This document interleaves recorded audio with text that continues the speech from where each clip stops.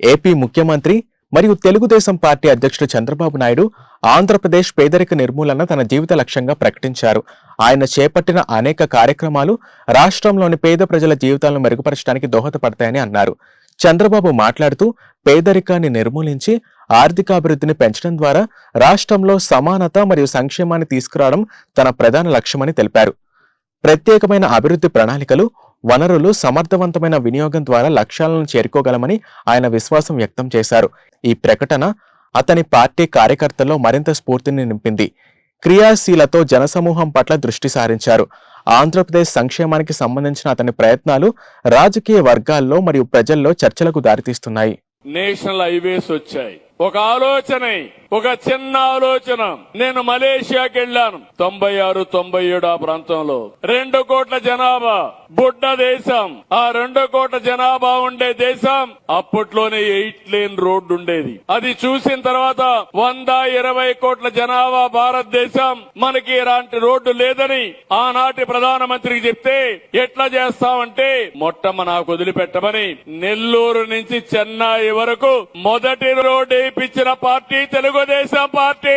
అది golden quadrilateral రోడ్డుగా 5 ఏళ్లు అయినాయి.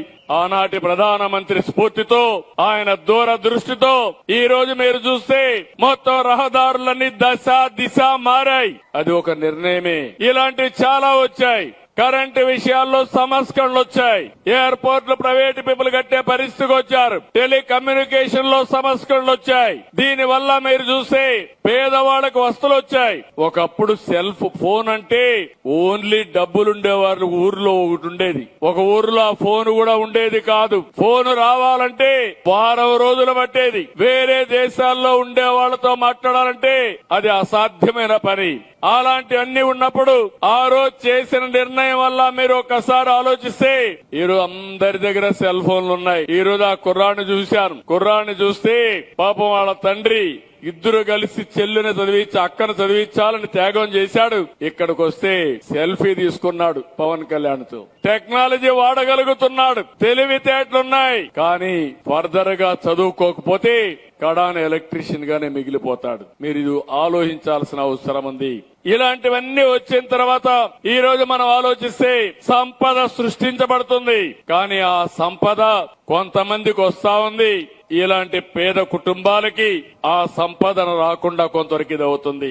నేనే అనేక సంస్కరణలు తీసుకొచ్చాను, అనేక ఆలోచనలు చేశాను.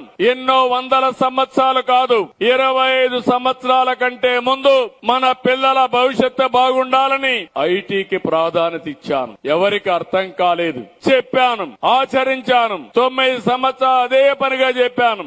ఆ రోజు నేను తీసుకొచ్చిన సంస్థలు ఈ రోజు చూస్తే తెలుగు వారు బాగా చదువుకున్నారు, ఐటీలో ప్రాముఖ్యత పొందారు, విదేశాలకు వెళ్లారు. ఈ రోజు అమెరికా లాంటి దేశంలో అమెరికన్స్ కంటే 2 ఆదాయం తెలుగువాడు సంపాదిస్తున్నా అంటే అది 25 ఏళ్లలో సాధ్యమైందంటే అది ఆ రోజు విజన్ అని చెప్పి నేను మీకు తెలియజేస్తున్నా.